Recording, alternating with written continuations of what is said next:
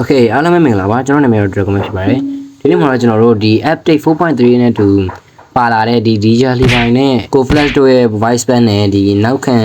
တီလုံးဖြစ်တဲ့ဒီရွှေဆောင်းတန်ဆိုတဲ့တီလုံးလေးကိုဘယ်လိုယူရမလဲဆိုတော့ကျွန်တော်ဒီနေ့ဗီဒီယိုမှာပြပြမှာဖြစ်ပါတယ်အဲ့တော့ video လေးမစခင်ကျွန်တော် channel လေးကို like ဆိုရေးလုပ်ပေးထားကြပါအောင်အဲ့တော့ video လေးကိုစလိုက်ကြရအောင် let's go Okay ကျွန်တော်တို့အရင်ဆုံးတော့ event နဲ့ဝင်ရမယ်ပေါ့နော် event ထဲမှာဒီ DJ Levi and Flash White Back event ဆိုတဲ့ဟာလေးတော့နဲ့လည်းပါOkay ဒါဆိုတော့ match login နဲ့ online ဆိုပြီးပြန်ပြပါတယ် match မှာဆိုရင်တော့ DJ Levi ရဲ့ voice pack ပဲဖြစ်ပါတယ်အဲ့တော့ဒီ DJ Levi ရဲ့ voice pack ကိုလိုချင်တယ်ဆိုရင်တော့15ပွဲတိတိtop 30ဝင်အောင်စောင့်မှာဖြစ်ပါတယ် top 30ဆိုတာကျွန်တော်တို့ဒီရောက်30အတွင်းဝင်အောင်စောင့်မှာဖြစ်တယ်ပေါ့နော် Okay ကျွန်တော်တို့အဲ့ဒီ15ပွဲကကျွန်တော်တို့ run ပွဲဖြစ်ရမယ်ပေါ့နော် Okay ကျွန်တော် recommend ပေးချင်တာတော့ဒီ leave it တော့မဟုတ် Nusa ဆော့ပေါ့နော်အဲကြောင့်မှကျွန်တော်တို့ဒီ top 30ဝင်ဖို့ဆိုတာမြင်ရမယ်ပေါ့နော်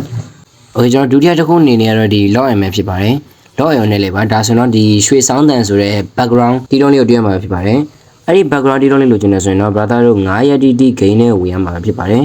ဒါဆိုတော့ဒီ background တီးလုံးလေးရရှိမှာဖြစ်ပါတယ် Okay ကျွန်တော်တက်တရတစ်ခုနေတော့ဒီ online အောင်နဲ့လေပါဒါဆိုရင်တော့ Go Flash ရဲ့ voice pack ကိုတွေ့ရမှာဖြစ်ပါတယ် Go Flash ရဲ့ voice ကိုလိုချင်တယ်ဆိုရင်တော့ဒီ gain ထဲမှာ240 minute နေရမယ်ပေါ့နော် brother တို့ gain ကိုဒီတိုင်းဖွင့်တာလည်းဘာမှမဖြစ်ပါဘူး240 minute ပြည့်ပြီးတော့လွယ်ပေါ့နော်ဒါတော့240 minute ပြည့်ပြီဆိုရင်တော့ဒီ Go Flash ရဲ့ voice pack ကိုရရှိမှာဖြစ်ပါတယ်ဒါဆိုရင်တော့ brother တို့ကို DJ Levi နဲ့ Go Flash တို့ရဲ့ voice pack နဲ့နောက်ခံ background တီးလုံးဖြစ်တဲ့ရွှေဆောင်းတန်ဆိုတဲ့တီးလုံး unit တို့ကို brother တို့နားလည်သဘောပေါက်တယ်လို့ထင်တယ်ပေါ့နော်ဒါဆိုရင်ကျွန်တော်ဗီဒီယိုလေးလောက်ပါပဲနောက်ဗီဒီယိုပြန်လေးကြပါမယ်အားလုံးပဲဘိုင်ဘိုင်ပါ